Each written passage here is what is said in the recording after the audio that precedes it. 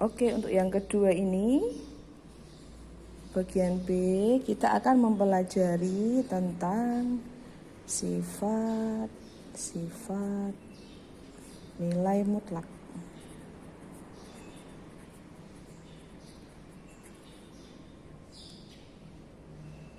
Oke, mohon maaf ya. Ya, yang pertama adalah harga mutlak negatif X sama dengan harga mutlak X. Oke, sekarang perhatikan contoh berikut.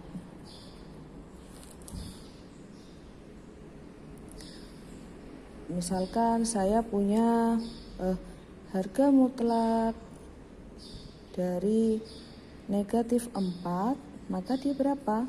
Sesuai tadi, sifat tadi, jarak X dari titik 0 pada garis bilangan. Masih ingat ya tadi, negatif 4 ya, negatif 4 jaraknya ke titik 0 ada berapa langkah? 1, 2, 3, 4. Berarti ya 4 jaraknya ya, berarti negatif 4.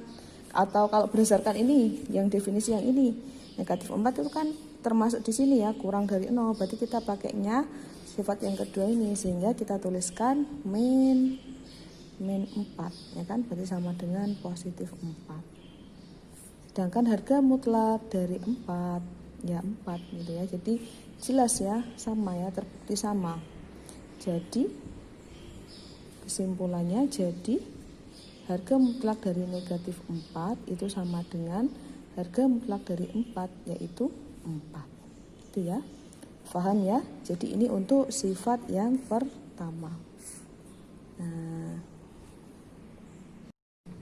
sekarang kita lanjut untuk sifat yang kedua. Perhatikan ya.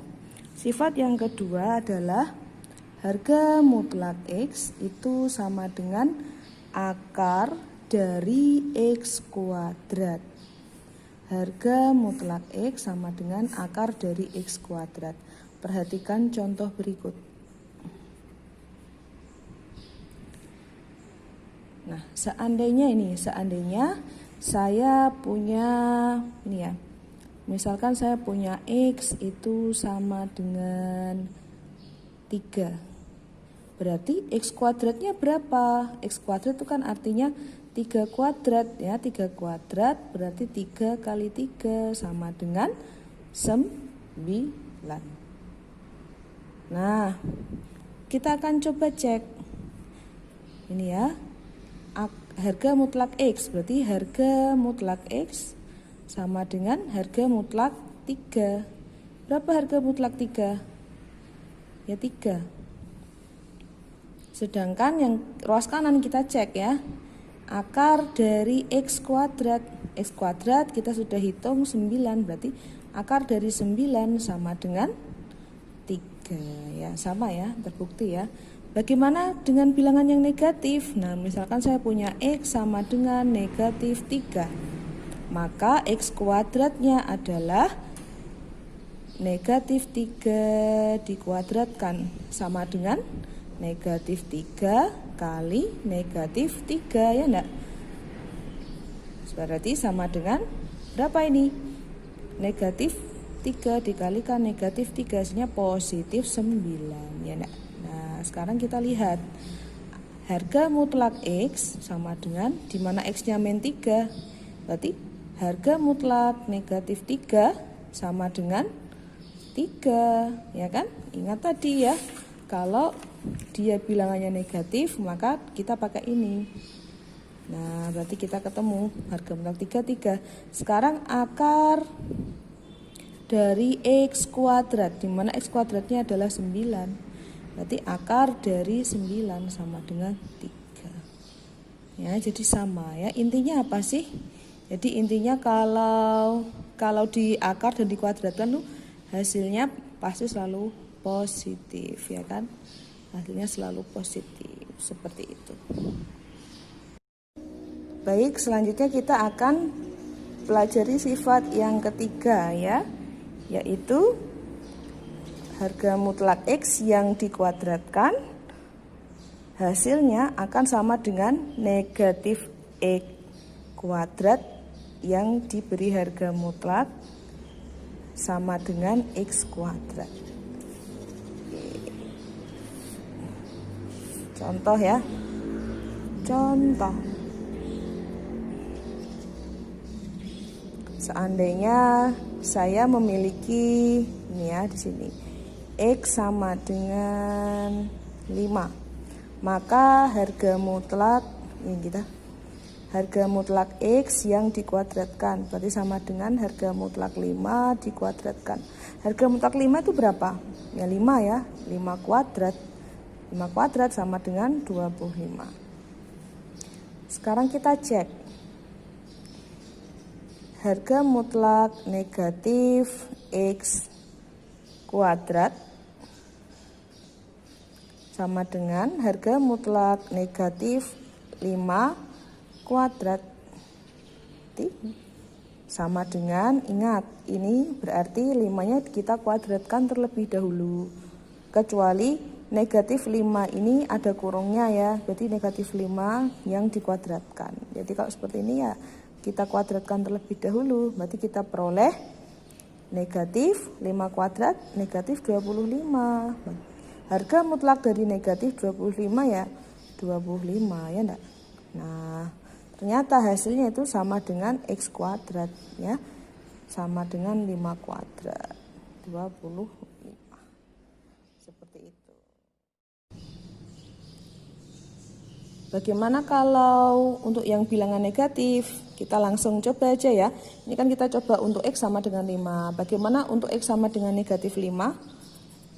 Oke, kita coba langsung aja di sini ya. Ketika X sama dengan negatif 5, maka kita coba uji yang pertama.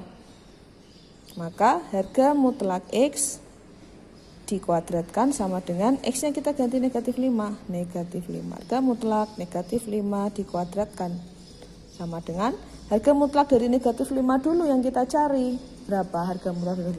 Ya 5. Ya kan 5 dikuadratkan berarti sama dengan 25.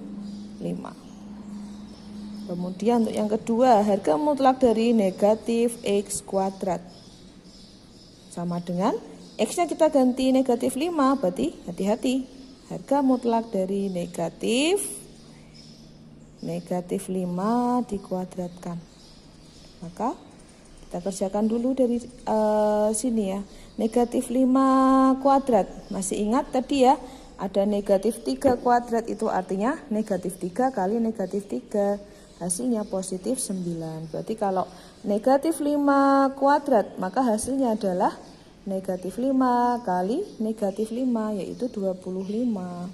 Positif 25. Tetapi ini masih menyisakan tanda negatif di sini ya. Berarti di sini negatif 25 ya, berarti sama dengan 25 juga. Nah, sekarang yang ketiga, X kuadrat. Maka kita tuliskan X kuadrat, di mana X-nya negatif 5. Maka negatif 5 dikuadratkan sama dengan, sama tadi ya, artinya negatif 5 kali negatif 5 sama dengan 25. Oke, seperti itu. Itu adalah sifat yang ketiga dari nilai mutlak. Oke, sekarang kita lanjut ke sifat yang selanjutnya ya, yaitu untuk sembarang X dan Y anggota himpunan bilangan real berlaku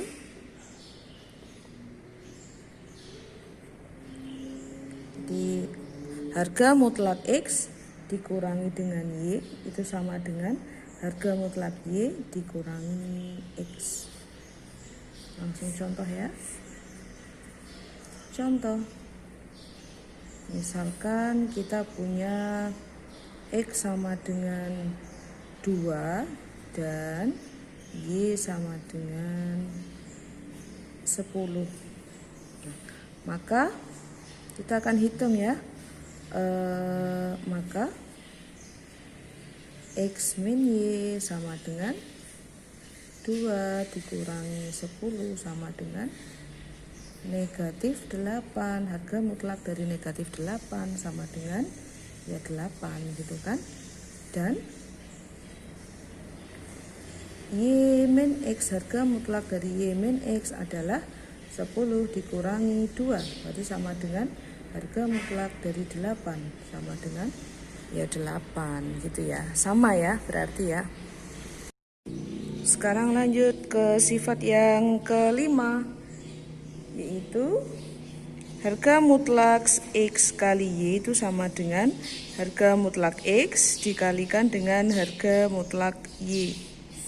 Jadi maksudnya bagaimana?